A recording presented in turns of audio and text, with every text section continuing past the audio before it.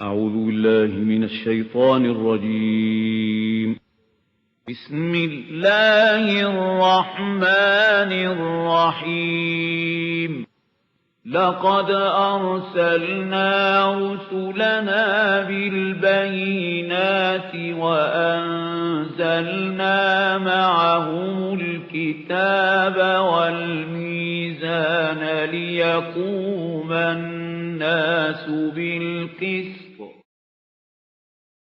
صدق الله العظيم.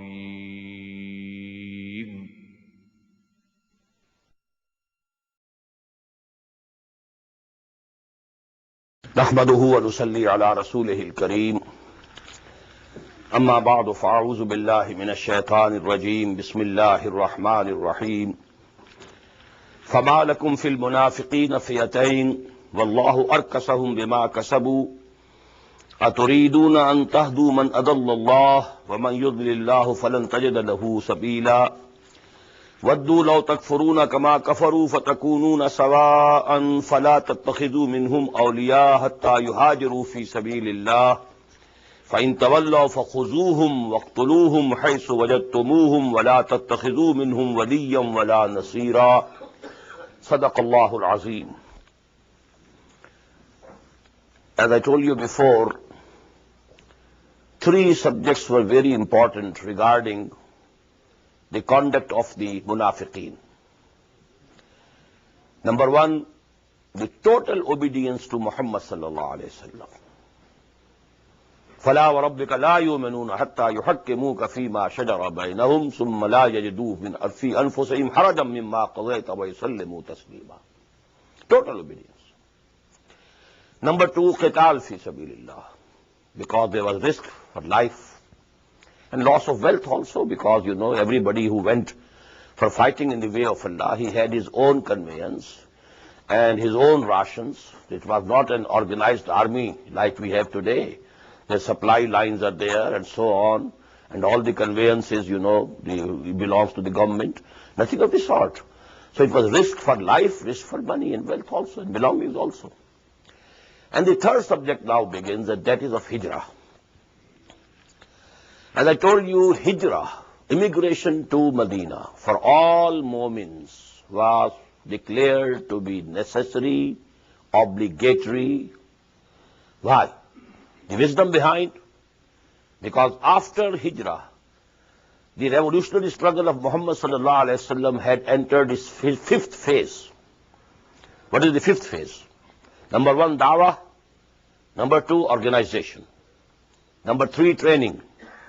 Number four, passive resistance. No retaliation. Taking all persecution without any retaliation. And now it was to be the fifth stage, and that is of active resistance, challenging the system, challenging the Quraysh, because they were the Aymat al-Kufr, as they are called in Surah At-Tawbah. They were Aymat al-Kufr. So now for that purpose, it was necessary and absolutely logical that all the force available should gather at one point, so that that base, you know, is strong enough, and from that base, an offensive can be launched. Hence, it was made compulsory, every moment, wherever he is, whether he is at Makkah or at any other place in the whole of the Arabian Peninsula. Because the Arabian Peninsula had a few cities only, just as Makkah and Taif and Medina and a few more. All the rest, it was Bedouins, Arab.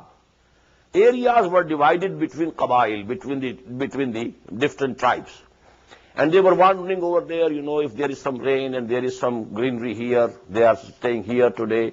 Again, because it is all finished, then they move to some other place. Wherever they were forced and they were obliged to come to Medina. Now this again became a very big testing for those people regarding their iman, to leaving their homes and hearts, while there was nothing for there which was disturbing them.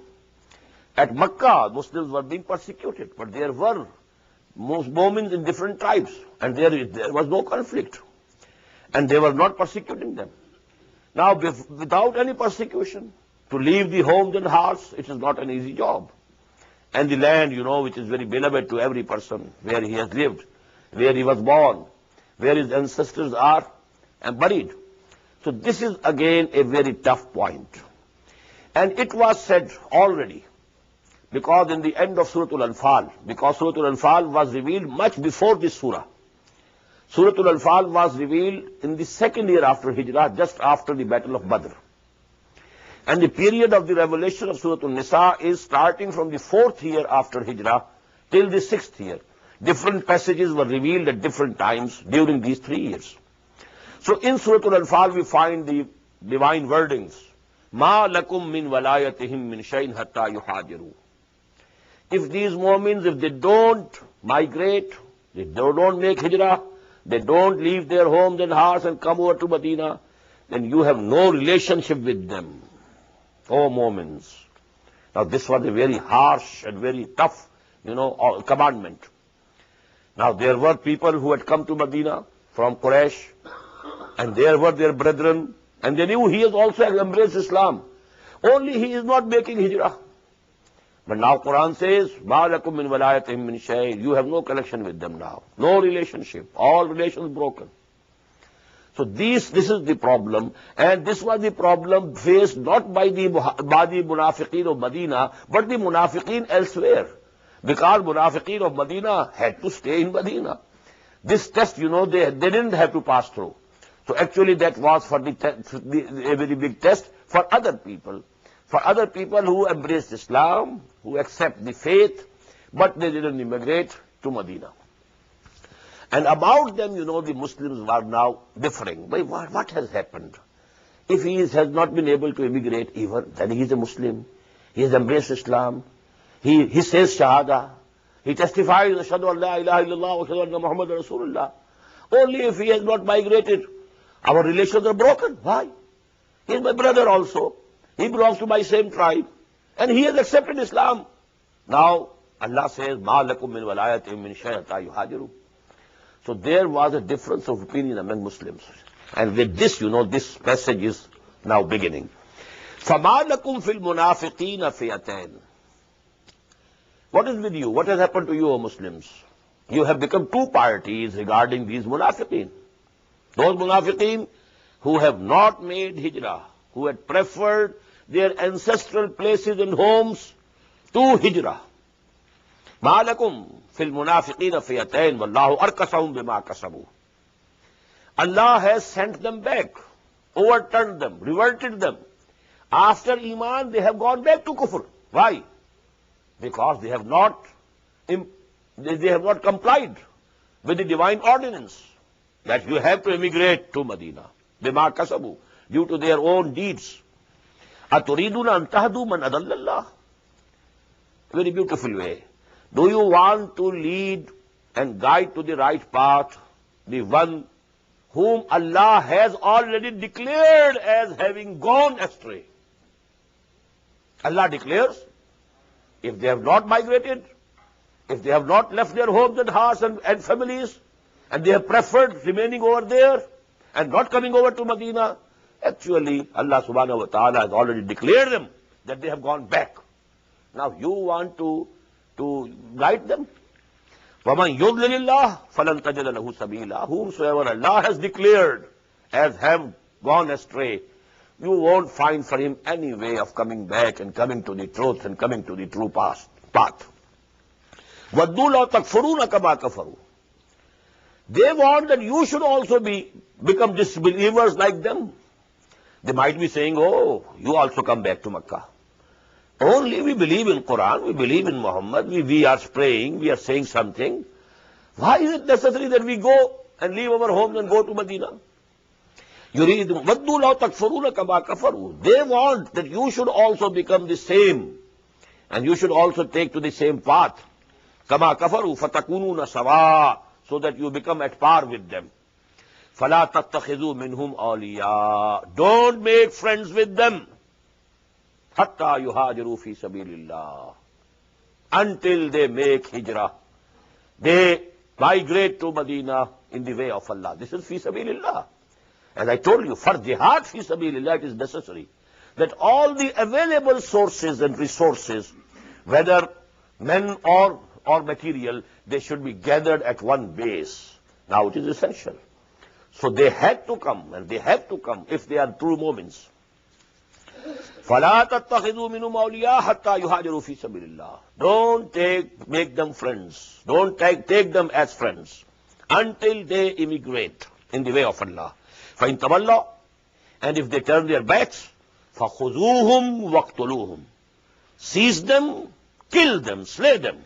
حَيْثُ وَجَدتُّمُوهُمْ, wherever you find them.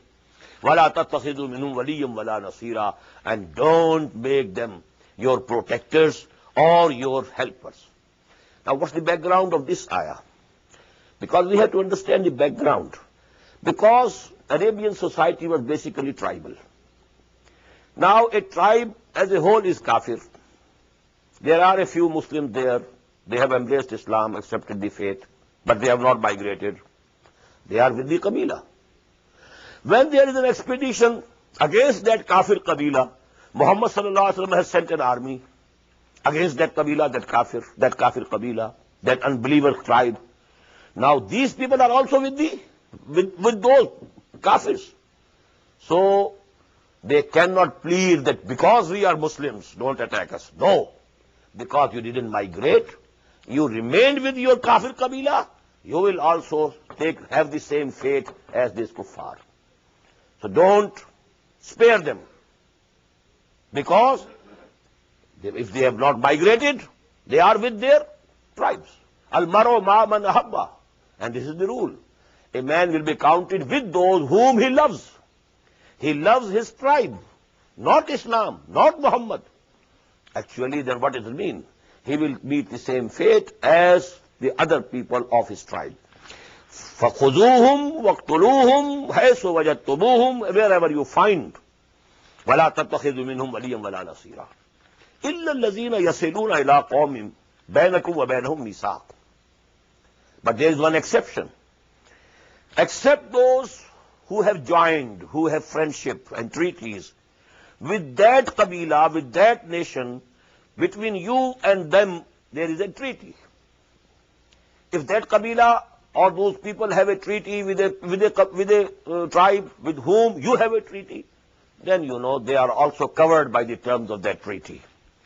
Or ja'ukum, and number two, or the other exception is, if they come to you, hasirat suduruhum, their chests shrink, an yuqatilukum, they don't want to fight you also, or yuqatilu qawmahum, and they don't want to fight their own tribe, their own nation also.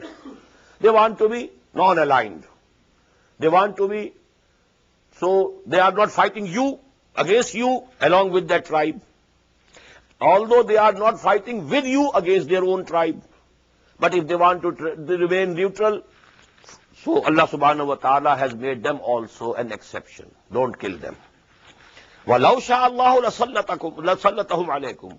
If Allah had so wished, He would have given them power over you. فَقَاتَلُوا فَلَقَاتَلُوكُمْ, and they would have fought you side by side with their own tribe. They might have fought against you, O Muslims. فَإِنْ يَتَزَلُوكُمْ, so if they are withdrawing from you, فَلَمْ يُقَاتِلُوكُمْ, and they are not fighting against you, وَأَلْقَوْا إِلَيْكُمُ السَّلَامَ, and they are presenting to you the peace. فَمَا جَعَلَ اللَّهُ لَكُمْ عَلَيْهِمْ سَبِيلًا, for such persons Allah subhanahu wa ta'ala has given you no way, assigns no way against them. Now you can't have any step against them because they belong to a tribe with whom you have a treaty.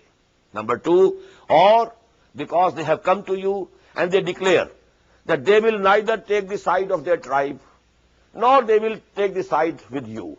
Neither fight you against you with their tribe, nor they are ready to fight against their tribes along with you. So now spare them. This is the second exception. But here is again another exception to this exception. What is that? سَتَجِدُونَ آخَرِينَ, you will find in another group also. يُرِيدُونَ أَن يَأْمَنُوكُمْ وَيَأْمَنُوا قَوْمَهُمْ, they want to be in peace from you also and from their own tribe also. They want peace. They don't want to fight. They don't want to take sides. They declare that we are neutral. In the same way as in the previous ayah. But كُلَّمَا رُدُّوا إِلَى الْفِتْنَةِ أُرْكُسُوا فِيهَا, Whenever there is some temptation, when they see that our tribe is strong and this tribe is sure to win against the army sent by Muhammad sallallahu alaihi wasallam, then they take the side of their tribe, so that they can also gain from the victory. They can also gain from the booty. كُلَّمَا رُدُّوا إِلَى الْفِتْنَةِ أُرْكِسُوا فِيهَا. Whenever there is a testing and temptation, then they go back on their promise. فَإِن لَمْ يَعْتَدِلُوكُمْ. Now if they are not withdrawing from you, if they are not sparing you, وَيَلْقُوا إِلَيْكُمُ السَّلَمَ, and they are not presenting peace to you, وَيَكُفُّوا أَيْدِيَهُمْ, and they are not holding back their hands from you, فَخُذُوهُمْ, now you seize them, وَاقْتُلُوهُمْ, and kill them, ثَقِفْتُمُوهُمْ, wherever you find them, وَأُولَٰئِكَ جَعَلْنَا لَكُمْ عَلَيْهِمْ سُلْطَانًا مُبِينًا, and against such people we have given you a clear mandate. You can go against them. So these things couldn't be understood unless you know the struggle going on between Islam and Kufr. Muhammad sallallahu alaihi wasallam, his companions on one side, and his kuffar on the other. But there was some intermingling, because in that tribe, mainly the tribe is kafir, but a few Muslims are there. So there is a complication. So these problems had to be solved for the Muslims. What to do? Well, that person is a Muslim, but he is, along with his tribe, he is fighting us. Should I spare him? No, don't spare him. Kill him. If he has come to the fight against you, along with the tribe to which he belongs. So these things are to be given in detail, and Allah subhanahu wa ta'ala has made everything clear. وَمَا كَانَ لِمُؤْمِنٍ أَن يَقْتُلَ مُؤْمِنًا إِلَّا خَطَأً. And it is not appropriate for a mu'min to kill a mu'min. Mu'min will never kill a mu'min. إِلَّا خَطَأً. Except by mistake. He was aiming at something else, but the bullet, it went to some Muslim and mu'min, and he was killed. And in the same way, in accidents, you don't want to kill a person, but some person is, crushed under the wheels of your car. So all these things are, this qatl khata it is called, murder by mistake. وَمَا كَانَ لِمُؤْمِنٍ أَن يَقْتُلَ مُؤْمِنًا إِلَّا خَطَأً. A mu'min, it behoves not a mu'min that he may kill a mu'min, إِلَّا خَطَأً, except by mistake. Now what happens if you have killed by mistake a mu'min? Now there are three conditions. وَمَنْ قَتَلَ مُؤْمِنًا خَطَأً. Whosoever kills a mu'min, a real true Muslim, by mistake, فَتَحْرِيرُ رَقَبَةٍ مُؤْمِنَةٍ. Now he has to set free a mu'min slave. Number one. This is the fine which Allah subhanahu wa ta'ala has levied on it. He had to, if he has a slave, Muslim slave, he will have to set him free. If doesn't have, he will have to purchase one and set him free. Tahriru raqabatin mu'mina, number one. Wadiyatun musallamatun ila alayhi. And the blood money will have to be paid to the family of the person who was killed. So two things. You have killed a person by mistake. You have to pay the blood money to the family of the person. Number one. And in addition, this is actually the compensation that you are giving to the family because they have lost a member. But because this is a sin, although you didn't aim at it, but it has happened at your hands. So you have to set free a mu'min from the bondage of slavery. Illa an yasaddaqu. Except if the family people, they forego that money as alms and charity. No, we don't require. Because you didn't kill willfully. You didn't want to kill our person, to murder our person. It was a mistake. We, absolve you of that responsibility. We don't accept this blood money. And we give it to you back as a charity. Illa an yasaddaqu. This is one form. Wa in kana min qawmin aduwwin lakum. And if that person belonged to a tribe which is your enemy, he is Muslim. He was a mu'min. You have killed him by mistake. But he belonged to a tribe which is in enmity against Muslims. Now what to do? Will you pay the blood money? No. Now one thing is gone. Because the family is kafir. You are not going to pay to them the blood money. But Now what is the وَإِنْ كَانَ مِنْ قَوْمٍ عَدُوٍّ لَكُمْ وَهُوَ مُؤْمِنٌ فَتَحْرِيرُ رَقَبَةٍ مُؤْمِنَةٍ. Only setting free of a mu'min slave will suffice. No payment of the blood money, because he belonged to a tribe which is kafir. Now the third condition. وَإِنْ كَانَ مِنْ قَوْمٍ بَيْنَكُمْ وَبَيْنَهُمْ مِيثَاقٌ. If he belonged to a tribe between whom and you there is a treaty, فَدِيَةٌ مُسَلَّمَةٌ إِلَىٰ أَهْلِهِ وَتَحْرِيرُ رَقَبَةٍ مُؤْمِنَةٍ. He will be treated as a mu'min as the first case. You have to pay the blood money to his family, because although it is kafir, but you had a misaq with them. Although they are unbelievers, the tribe is unbelievers, but you had a treaty with them. So you have to pay the blood money to the family of the deceased, and also you have to set free a mu'min slave. فَمَنْ لَمْ يَجِدْ. But whosoever cannot afford it, what to do? Now this is kafara. What to do? I don't have money to purchase a slave and then set him free. فَمَنْ لَمْ يَجِدْ فَالصِّيَامُ شَهْرَيْنِ مُتَتَابِعَيْنِ. He will have to keep fasting for 2 continuous months. 60 days continuous. Tawbatan min Allah. This is a tawbah prescribed by Allah subhanahu wa ta'ala. Although he didn't intend to kill him, but because, human life is so precious. Now what is the wisdom behind it? Because of this law, now you will be extra careful. If this law is there, you will be extra careful that you don't kill a Muslim or a mu'min, even by mistake. But if this law is not there, you may be more carefree, to make you more careful that this is the condition, these are the hudud, these are the tazirat. Tawbatan min Allah wa kana Allahu aliman hakima. And Allah Ta'ala knows everything. He is ever knowing, all wise. وَمَنْ يَقْتَلْ مُؤْمِنًا مُتَعَمِّدًا. Now, willful killing or slaying of a mu'min. Whosoever kills a mu'min willfully, فَجَزَاهُ جَهَنَّمْ خَالِدًا فِيهَا. His reward, his recompense is the hell in which he will abide forever. This is the importance, And how, trivial matter today the Muslims think is killing Muslims. When Allah says, وَمَنْ يَقْتُلْ مُؤْمِنًا مُتَعَمِّدًا فَجَزَاهُ جَهَنَّمْ خَالِدًا فِيهَا. Khulud. Forever. وَغَضَبَ اللَّهُ عَلَيْهِ. And Allah will have His wrath on him. He will have the wrath of Allah. وَلَعْنَهُ. And Allah will curse him. وَعَدَّ لَهُ عَذَابًا عَظِيمًا. And Allah has prepared for him a very big punishment and chastisement. Now this is the importance. As we read last night, 2 things are fundamentals for human society. Respect for the life, human life, and respect for property. If, respect for life goes, the foundation of the social order, it crumbles. And if respect for each other's money, each other's wealth and belongings is not there, it will be all chaos. No contentment, no peace in the society.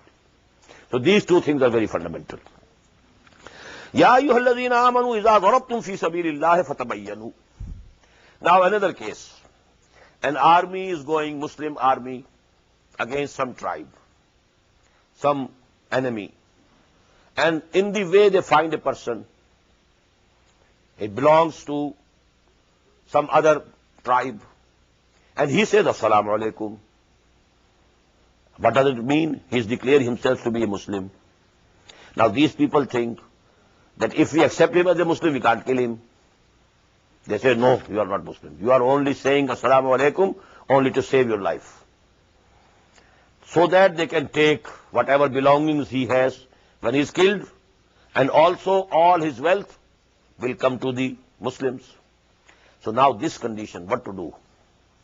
If there is a combat, you are fighting against a tribe, and a person who claims to be a Muslim is fighting along with his tribe against you, then you kill him. Even if he says Assalamu alaikum, you have to kill him. But here it is an incident which is a stray incident. No actual fighting is not taking place. You have not, attacked any tribe. The actual fighting is not taking place. You are only going somewhere and you find someone and he says, Assalamu alaikum, I'm also a Muslim. And you say, no, lasta mu'mina. Ya ayyuhalladhina amanu iza darabtum fil ard fi sabilillah. Oh, you who believe, when you are going, traveling in the way of Allah, fatabayyanu. Always investigate. وَلَا تَقُولُوا لِمَنْ أَلْقَى إِلَيْكُمُ السَّلَامَ لَسْتَ مُؤْمِنًا. And don't say to anybody who greets you with salam, who bestows on you salam, assalamu alaikum, who presents himself to be Muslim, لَسْتَ مُؤْمِنًا, you are not a mu'min. You can't say it. تَبْتَغُونَ عَرَضَ الْحَيَاةِ الدُّنْيَا. You are covetous of the worldly gains. You want to have the wealth that he has. Anything. Maybe even arms, his sword, is something else. So that was also very precious in those days. تَبْتَغُونَ عَرَضَ الْحَيَاةِ الدُّنْيَا. You want to have the goods of the life of the world. فَعِنْدَ اللَّهِ مَغَانِمُ كَثِيرًا. Don't do this. Have faith in Allah. Allah has in store for you very big booties and ghalaim. Allah will give you. But don't behave this way. كَذَلِكَ كُنْتُم مِّن قَبْلِ. This was your condition before. Before Iman, you were after worldly things. All that mattered to you was this world, this worldly life, this worldly comforts, this worldly possessions. But now you have come to believe in the hereafter. So don't behave as you were behaving before. كَذَلِكَ كُنْتُم مِّن قَبْلِ فَمَنَّ اللَّهُ عَلَيْكُمْ. Now Allah subhanahu wa ta'ala has given you grace, and He has shown His grace to you, bestowed upon you His favors. So now you must investigate. You must investigate whether he is a real Muslim or not. إِنَّ اللَّهَ كَانَ بِمَا تَعْمَلُونَ خَبِيرًا. Verily, whatever you are doing, Allah is ever aware of it. لا يستوي القاعدون من المؤمنين غير أولي الضرر والمجاهدون في سبيل الله بأموالهم وأنفسهم. Now, as I told you that going to war was not made obligatory for every Muslim. There was only persuasion. If you want martyrdom, you want paradise, you want to have the higher grades in Jannah, well, go and fight for the cause of Allah. Lay down your life. It was persuasion. Obligatory was only in the last battle of Tabuk. Therefore, whenever there was any battle, and if any Muslims which didn't join the Muslim army, there was no explanation was called. Why didn't you go? Because it was not obligatory. It was all voluntary. The persuasion was there. Now that persuasion is coming in a form comparing people who are able-bodied, but they are sitting back in their homes and not going to fight for the cause of Allah. And people who are going out to fight for the cause of Allah, to make the deen of Allah supreme, and they are making jihad and qital fi sabilillah with their lives and their belongings. Are they equal? No. La yastaril qa'iduna. They are not equal. Who are not equal? Al-qa'iduna min al-mu'minina ghayra uli zarar. Those who sit back and are not disabled. If somebody is disabled, if he is lame, if some limb is cut off, he can't go, so that is something else. But a person who is able-bodied and who has all the means and still he doesn't go and join the qital fi sabilillah, this person is not equal to those wal-mujahiduna fi sabilillah bi amwalihim wa anfusihim, who are going to jihad in the way of Allah with their own lives, risking their lives and their belongings. فَضَّلَ اللَّهُ الْمُجَاهِدِينَ بِأَمْوَالِهِمْ وَأَنفُسِهِمْ عَلَى الْقَاعِدِينَ دَرَجَةً. Allah has given a very big, higher level for those. He has reserved a very big, high level for those who make jihad for the cause of Allah with their belongings and their lives. وَكُلًّا وَعَدَ اللَّهُ الْحُسْنَى. But for all, Allah subhanahu wa ta'ala has promised good things, because it is not obligatory. Therefore, if somebody is not going to the war, to the battlefield, to fight for the cause of Allah, because it is not obligatory, Allah will not deprive him from paradise, from his reward. But when it becomes obligatory, if you don't go, then you are depriving yourself from the reward of Allah subhanahu wa ta'ala. Because it was still voluntary. It was optional. You can go if you like. If you want a higher level in Jannah, go. If you don't want, well, you can sit back. No explanation will be called from you. No blaming will come on you. وَكُلًّا وَعَدَ اللَّهُ الْحُسْنَى وَفَضَّلَ اللَّهُ الْمُجَاهِدِينَ عَلَى الْقَاعِدِينَ أَجْرًا عَظِيمًا. Again a persuasion. But Allah subhanahu wa ta'ala will give much greater rewards to those who are fighting for the cause of Allah, who are making jihad in the way of Allah, as compared to those who are sitting back.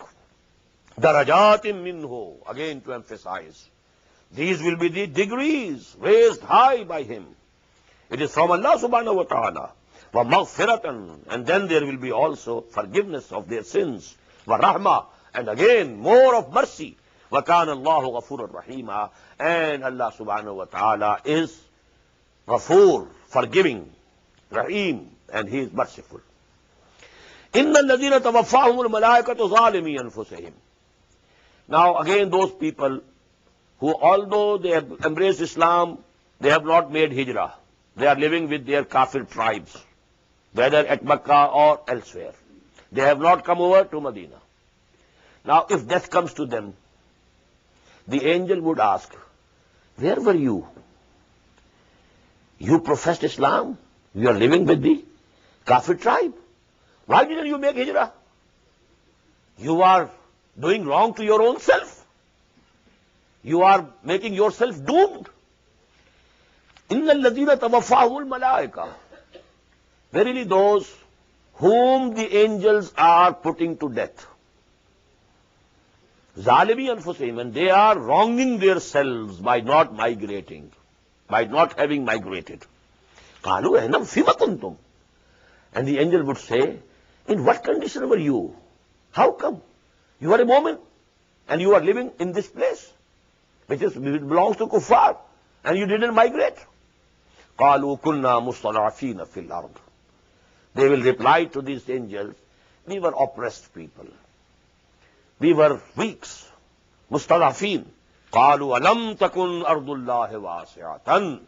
The angel would reply, the reply was not the earth of Allah. The Allah's earth was not wide enough for you, fatuhajaru fiha, that you could make any migration and hijrah therein. Allah's world was very wide, very spacious, very commodious. You could have gone elsewhere. You should have left your kafir family and tribe and gone over to Muslim city or Muslim, the days of hijrah. Alam takun ardullahi wasi'atan fatuhajaru fiha faulaika ma'wahum jahannam wa sa'at masira.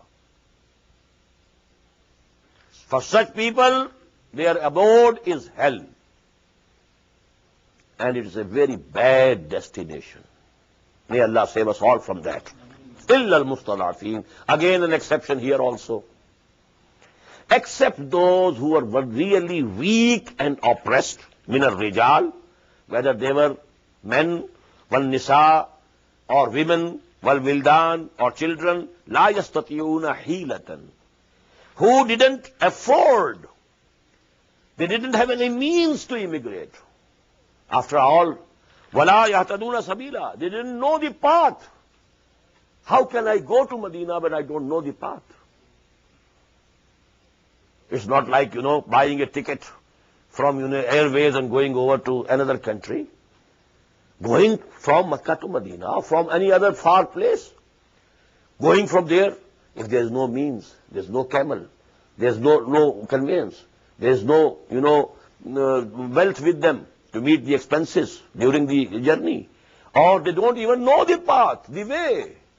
So if there are such, restrictions on them, if they are really not able to do it, then Allah subhanahu wa ta'ala, إِلَّا الْمُسْتَضَعْفِينَ مِنَ الرِّجَالِ وَالنِّسَاءِ وَالْوِلْدَانِ لَا يَسْتَطِيعُونَ حِيلَةً وَلَا يَهْتَدُونَ سَبِيلًا فَأُولَٰئِكَ عَسَى اللَّهُ أَن يَعْفُوَ عَنْهُمْ عَسَى اللَّهُ أَن يَعْفُوَ عَنْهُمْ. As for these people, it can be hoped that Allah subhanahu wa ta'ala will pardon them. But it can be hoped only. Allah is not guaranteed. Because Allah will judge on the day of judgment whether there was really excusable or not. Whether their excuse was a lame excuse or a real excuse, it will be judged. So, asallahu an yafu anhum, there is a possibility they can hope to be pardoned. Wa kana Allahu afuwan ghafura, and Allah is all pardoning and forgiving. Wa man yuhadir fi sabilillah, and whosoever immigrates in the way of Allah. Fi sabilillah, what does it mean? Fi sabilillah is always for jihad. Fi sabilillah. Infaq fi sabilillah. You have to spend your money for making the deen of Allah supreme. For the expenses for jihad. Qital fi sabilillah, jihad fi sabilillah, infaq fi sabilillah, hijrah fi sabilillah. What does it mean? Because it is the duty of Muhammad sallallahu alaihi wasallam to make the deen of Allah supreme. And he is waging jihad. And for that purpose, now he wants, and Allah wants, that all the human resources should be gathered together at one place, so that an effective offensive, that can be launched. So this is hijrah fi sabilillah. This is not hijrah fi sabilil wealth, fi sabil of good living. Hijrah fi sabilil mal. No, fi sabilillah. Hijrah, to leave your ancestral place only for the purpose of the making of the deen of Allah supreme. That is hijrah fi sabilillah. وَمَنْ يُهَاجِرْ فِي سَبِيلِ اللَّهِ يَجِدْ فِي الْأَرْضِ مُرَاغَمًا كَثِيرًا وَسَعًا. He will find on the earth places of refuge and abundant resources. Don't think Allah's world, Allah's earth is not small. It's very wide. They will find. It's only the intention. If you determine, if you have the true determination, Allah will accommodate you, will give you places of refuge. सफर है शर्त मुसाफिर नवाज मोह तेरे, हजार हा शजरे सायादार राह में है. The only condition is that you want to immigrate, then Allah subhanahu wa ta'ala will make it easy for you. فَسَنُيَسِّرُهُ لِلْيُسْرَى. وَمَنْ يَخْرُجْ مِنْ بَيْتِهِ مُهَاجِرًا, and whosoever has left his home, immigrating, going towards Medina, and death overtakes him in the way. He intended to make hijrah. He left his home. He started from his ancestral place, Makkah or elsewhere. وَمَنْ يَخْرُجْ مِنْ بَيْتِهِ مُهَاجِرًا إِلَى اللَّهِ وَرَسُولِهِ ثُمَّ يُدْرِكُهُ الْمَوْتُ. But now death overtakes him before he reaches Medina. What will be the end? فَقَدْ وَقَعَ أَجْرُهُ عَلَى اللَّهِ. Now his reward is now due on Allah subhanahu wa ta'ala. Because إِنَّمَا الْأَعْمَالُ بِالنِّيَّاتِ. If he couldn't reach Medina, it was now for no fault of his. Because death came, overtook him. But his ajr, his sawab, his reward is ensured. And here the wordings are, وَقَعَ أَجْرُهُ عَلَى اللَّهِ. Now it is due on Allah. He has to pay his rewards. Allah is taking upon himself that he will have to pay his reward. وَكَانَ اللَّهُ غَفُورٌ رَحِيمًا. And verily Allah subhanahu wa ta'ala is ever merciful, ever forgiving. وَإِذَا ضَرَبْتُمْ فِي الْأَرْضِ فَلَيْسَ عَلَيْكُمْ جُنَاحٌ أَن تَقْصُرُوا مِنَ الصَّلَاةِ إِنْ خِفْتُمْ أَن يَفْتِنَكُمُ الَّذِينَ كَفَرُوا إِنَّ الْكَافِرِينَ كَانُوا لَكُمْ عَدُوًّا مُبِينًا. And when you are traveling in the earth, in the land, فَلَيْسَ عَلَيْكُمْ جُنَاحٌ, there is no blame on you, أَن تَقْصُرُوا مِنَ الصَّلَاةِ, that you shorten your prayer. This is qasr. 2 rakat of Zohar and Asr instead of 4. Of Isha also, in the same way. So if you are traveling in the land, there is no blame upon you if you shorten your prayer. إِنْ خِفْتُمْ أَنْ يَفْتِنَكُمُ الَّذِينَ كَفَرُوا. Now there is another additional condition here in the Quran. If you fear that those, your enemies, the kuffar, they will afflict you, they will attack you. Conditions are emergency conditions. إِنَّ الْكَافِرِينَ كَانُوا لَكُمْ عَدُوًّا مُبِينًا. Verily these unbelievers, they are clear and open enemies for the mu'mins. Now this is the only ayah in the Quran where qasr fi salah is mentioned. But this ayah is putting another restriction, another limitation, another condition. Not a condition of peace, but if there is a fear, if there is a condition of emergency. But this has been extended by the Prophet sallallahu alaihi wasallam. This is the mercy. This concession, the Prophet sallallahu alaihi wasallam extended. Sunnah can add something to Quran. Sunnah cannot abrogate Quran. But Sunnah can add something to Quran. Just as I told you, in the law of Muharramat, Nikah, you cannot have two sisters at once in marriage with you. But the Prophet said, the same will be the case of a woman and her maternal aunt or paternal aunt. They cannot be taken into marriage simultaneously. So that was an addition by the Prophet sallallahu alaihi wasallam. So this qasr in ordinary journeys, it is an addition from the sunnah of the Prophet sallallahu alaihi wasallam. وَإِذَا كُنْتَ فِيهِمْ فَأَقَمْتَ لَهُمُ الصَّلَاةَ. Now this is Salatul Khawf. There is emergency, there is fear that if we all stand in prayer, and because at that time the prayer was to be led by Muhammad sallallahu alaihi wasallam. And if you have two prayers, two congregations as we are having, now the Prophet will be leading only one. And nobody, no among the Muslims at that time, would be ready to leave this congregation and wait for the second congregation which will not be led by Muhammad sallallahu alaihi wasallam. Now this is the problem. Otherwise it is easy. You can divide, half of the army, half of the contingent, they can pray, and the other can stay behind, guarding, and then, they can go, and the rest, they can come and pray. But no, it is the case, special case, when Muhammad is there, sallallahu alaihi wasallam. So the wordings are, وَإِذَا كُنْتَ فِيهِمْ. When you are among them, with them, فَأَقَمْتَ لَهُمُ الصَّلَاةَ. And you are now leading the prayer for them. فَلْتَقُمْ طَائِفَةٌ مِّنْهُمْ مَعَكَ. So now one group of the Muslims should stand behind you, with you. وَلْيَأْخُذُوا أَسْلِحَتَهُمْ. But they should take their arms with them. The arms should be ready, nearby. Not that they have to run after, if there is some attack, surprise attack, and now running for the arm. No, keep the arms with them. فَإِذَا سَجَدُوا. When they have prayed, فَلْيَكُونُوا مِنْ وَرَائِكُمْ. Now they should go in the rear, in the back. وَالْتَاتِ طَائِفَةٌ أُخْرَى. And the other group now should come. لَمْ يُصَلُّوا. Who have not yet prayed, فَلْيُصَلُّوا مَعَكَ. Now they should pray with you. وَلْيَأْخُذُوا حِذْرَهُمْ وَأَسْلِحَتَهُمْ. And they should take now their precautions also, their shields also, and their arms also. Now what is the condition? 2 rakat are to be offered. First rakah, the Prophet and the people, the first group, will say together. Then Muhammad sallallahu alaihi wasallam used to keep sitting. He is not standing for the second rakah. The second rakah, all the people are saying themselves, just as we join the congregation, if we have joined late, then we complete our salah. Now then, when they have completed that, they go. Now the other group comes, and now Muhammad sallallahu alaihi wasallam stands up. And the second rakah, these people are now praying behind him. And after that, Muhammad sallallahu alaihi wasallam would say salam, and they will complete their prayer, another rakah. So that was the condition in which, nobody was deprived of the imamah of Muhammad sallallahu alaihi wasallam. وَدَّ الَّذِينَ كَفَرُوا لَا تَغْفُلُونَ.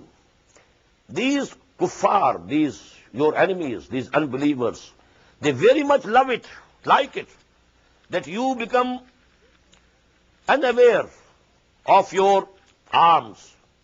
You just forget them. وَأَمْتِعَتِكُمْ. And your baggage and luggage. فَيَمِيلُونَ عَلَيْكُمْ مَيْلَةً وَاحِدَةً. And then they swoop upon you at once. Then they, attack you in a surprise attack. وَلَا جُنَاهَ عَلَيْكُمْ إِنْ كَانَ بِكُمْ أَذًى مِّن مَطَرٍ. But there will be no blame upon you if there is, some difficult conditions due to raining, أَوْ كُنْتُمْ مَرْضَى, or somebody is, is ill. أَن تَضَعُوا أَسْلِحَتَكُمْ. That you set aside your arms.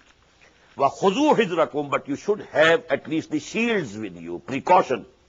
If somebody attacks, at least you can save yourself with the shield. إِنَّ اللَّهَ أَعَدَّ لِلْكَافِرِينَ عَذَابًا مُهِينًا. Verily Allah subhanahu wa ta'ala has prepared for the unbelievers a very chastisement which is humiliating. فَإِذَا قَضَيْتُمُ الصَّلَاةَ. Now when you have said your prayer, completed, فَاذْكُرُوا اللَّهَ قِيَامًا وَقُعُودًا. Now don't take to the attitude that now you forget Allah. Salah is for zikr of Allah. It is a definite form of zikr of Allah. Aqimi salata li zikri. But after this also you have to continue zikr of Allah. You must go on remembering Allah. You are not going to forget Allah for a moment even. فَإِذَا قَضَيْتُمُ الصَّلَاةَ فَاذْكُرُوا اللَّهَ قِيَامًا وَقُعُودًا وَعَلَى جُنُوبِكُمْ. Keep Allah in your mind. Remember Him. Whether you are standing, or you are sitting, or you are reclining by your sides. فَإِذَا اطْمَأْنَنْتُمْ. And when you feel you are secure, there is peace, there is no danger of any attack by the enemy, فَأَقِيمُوا الصَّلَاةَ. Now establish the regular prayer. Now this Salatul Khawf, this will not be there. Now this qasr will not be there. إِنَّ الصَّلَاةَ كَانَتْ عَلَى الْمُؤْمِنِينَ كِتَابًا مَوْقُوتًا. Verily, this salah has been prescribed on the moments, according to the times, appointed times. وَلَا تَهِنُوا فِي ابْتِغَاءِ الْقَوْمِ. And don't feel weak. Don't be weak in ibtigha'i al-qawm, in your pursuing, the hot pursuit of the enemy. Pursue them, follow them. وَلَا تَهِنُوا فِي ابْتِغَاءِ الْقَوْمِ إِن تَكُونُوا تَعْلَمُونَ. Very beautiful sentence, very beautiful ayah. If you are hurt, you have to face difficulties, because going to war, there are hurtings, there are injuries, you may be going without food, you may have to go without water, all these things. In ta'lamuna, فَإِنَّهُمْ يَعْلَمُونَ كَمَا تَعْلَمُونَ. Your enemies also are bearing all the hardships and pains, aren't they? The 1,000 army came over to Badr from Makkah. More than 200 miles. Was it easy for them? They were striving for the cause of Taghut. You are striving for the cause of Allah. So you shouldn't complain of any discomforts, injuries, or losses to life and wealth and property. They are your enemies. They are also doing the same. Are they not sacrificing their lives? Didn't Abu Jahl sacrifice his life for the idols, for their wrong deen? So, O Muslims, why do you show weakness? But now, who is being addressed here? Not Abu Bakr, not Umar. Who are being addressed? The munafiqeen. You profess to be Muslims. You profess to be Mu'mins. You profess to be believing in Allah. You profess to be believing in hereafter. But tarjuna min Allah ma la yarjun. You have expectation from Allah which they don't have. You have expectation that if you are martyred, you will go straight to paradise. They don't have any expectation. They don't believe in the hereafter. Still they are ready to sacrifice their lives. Just look to the Japanese in the Second World War. They didn't believe in any paradise or any hereafter, but they were, committing suicide, harakiri. And they were directing the bomb. And they were themselves, navigating the bomb. And then descending into the chimneys, of the ships. And they knew it. When the bomb will explode, first of all, their pieces, they will fly. Then some harm will come to the ship. And they were doing it for what? For their king, Hirohito. Because they took them to be some, Devata, some god. So what do you? You believe in Allah. You believe in hereafter. And you are showing reluctance from going to war for the cause of Allah. How beautiful. وَلَا تَهِنُوا فِي ابْتِغَاءِ الْقَوْمِ إِن تَكُونُوا تَعْلَمُونَ فَإِنَّهُمْ يَعْلَمُونَ كَمَا تَعْلَمُونَ. Alam means pain. If you have to experience pain, they are also bearing pain, just as you are bearing pain. وَتَرْجُونَ مِنَ اللَّهِ مَا لَا يَرْجُونَ, and you expect and hope from Allah what they don't expect. وَكَانَ اللَّهُ عَلِيمًا حَكِيمًا, and verily Allah subhanahu wa ta'ala is Alim and Hakim, all-knowing, all-wise. إِنَّا أَنزَلْنَا إِلَيْكَ الْكِتَابَ بِالْحَقِّ لِتَحْكُمَ بَيْنَ النَّاسِ بِمَا أَرَاكَ اللَّهُ. Verily we have sent down this book, O Muhammad sallallahu alayhi wa sallam, on you with the total truth. Some of the translators have translated with truth. Al-Haq means total truth. This is Lamul Hasr. Inna anzalna ilayka al-kitaba bil-haq. We have sent down on you this book with the total truth.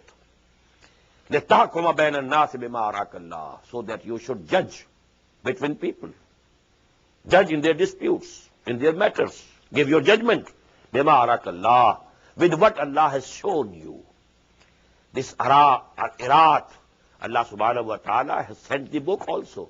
And He has given him the intelligence also, the hikmah also. So you use not only the law, but your intellect also. Bima arak Allah, what Allah has shown you. Wala takun lil kha'inina khasima, and you should not be an advocate in favor of the treacherous ones. These munafiqeen, don't plead for them. Don't intercede for them. وَلَا تَكُنْ لِلْخَائِنِينَ خَصِيمًا. They are actually the treacherous ones. They say something else, they do something else. They profess something else, and they don't really believe in it. وَاسْتَغْفِرِ اللَّهِ, and you ask the pardon of Allah also. Maybe behind this ayah, there might be a background. That out of, the marwah, the gentleness of Muhammad sallallahu alayhi wa sallam.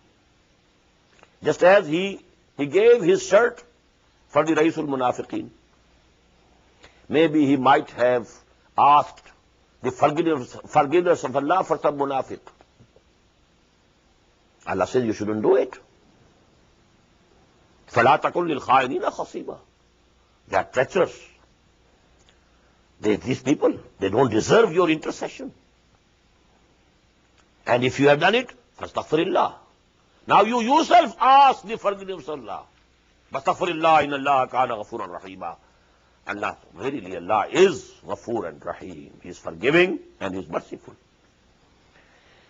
That is why we find, later on, in Surah Al-Munafiqun also, in Surah Al-Tawbah also, استغفر لهم أو لا تستغفر لهم إن تستغفر لهم 70 مرة لن يغفر الله لهم.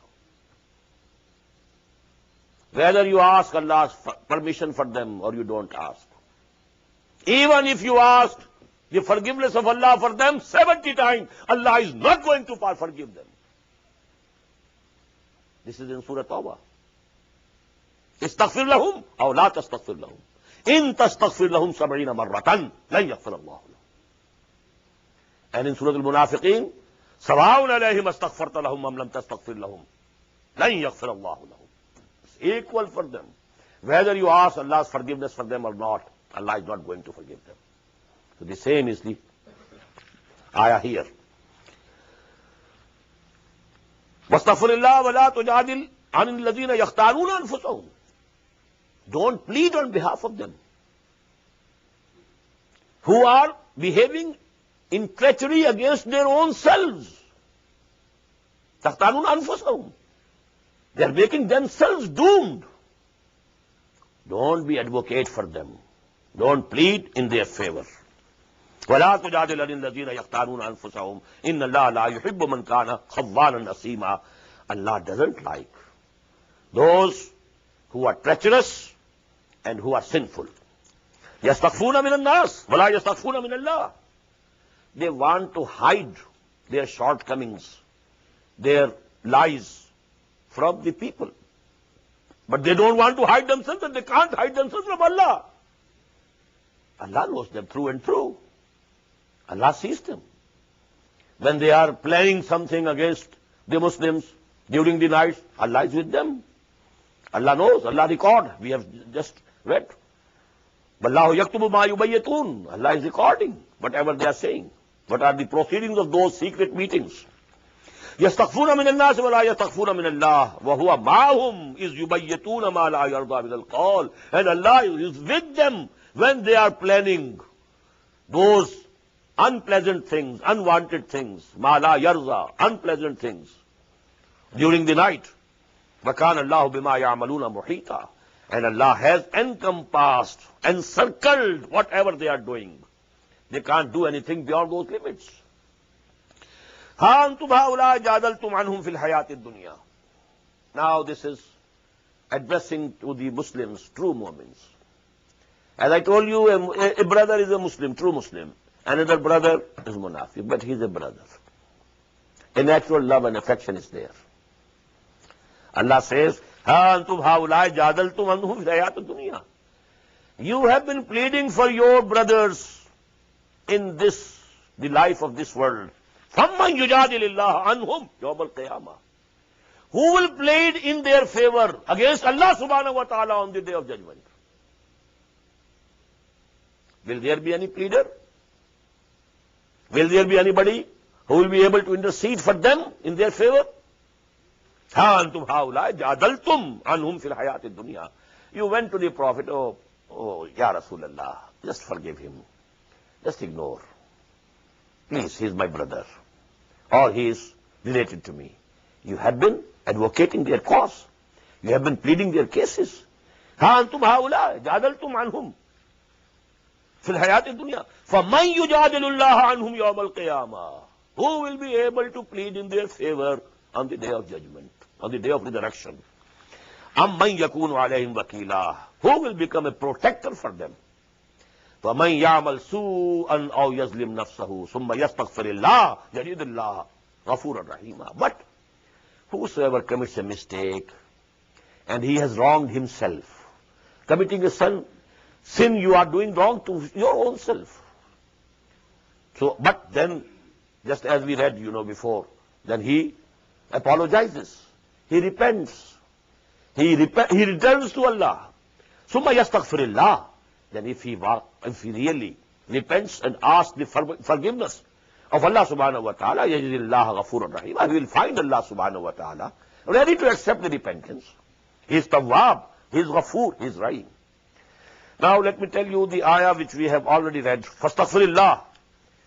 O Rasul sallallahu alayhi wa sallam, you should also beg the pardon of Allah. You should also ask the forgiveness of Allah. And there is a hadith in the Sahih of Imam Bukhari from Hazrat Abu Hurairah radiyallahu ta'ala anhu, according to which the Prophet said, إِنِّي لَأَسْتَغْفِرُ اللَّهَ وَأَتُوبُ إِلَيْهِ 70 مَرَّةً فِي كُلِّ يَوْمٍ.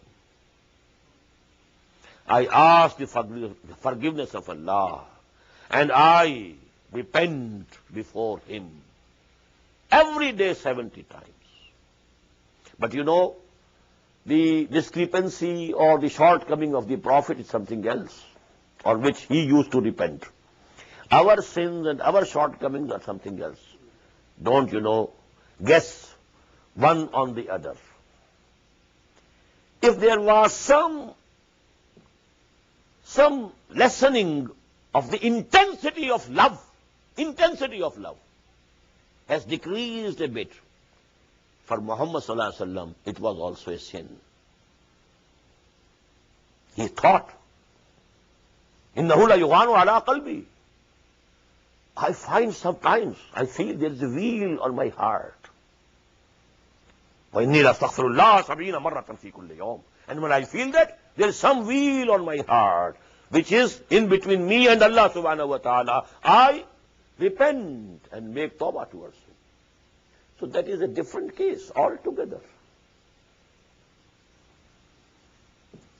وَمَنْ يَعْمَلْ سُوءًا أَوْ يَظْلِمْ نَفْسَهُ ثُمَّ يَسْتَغْفِرِ اللَّهَ يَجِدِ اللَّهَ غَفُورًا رَحِيمًا. Whosoever commits some evil deed or he has wronged himself and then he apologizes to Allah, asks for His pardon, asks for His forgiveness, he will find Allah that He is Ghafoor, He is forgiving, Rahim, He is merciful.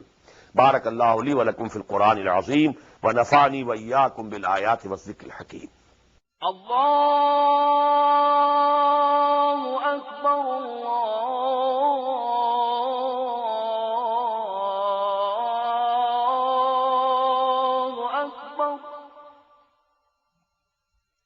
The Islamic Organization of North America, IONA, is an organization dedicated to reviving the Quran into the hearts of Muslims while bringing its message to non-Muslims.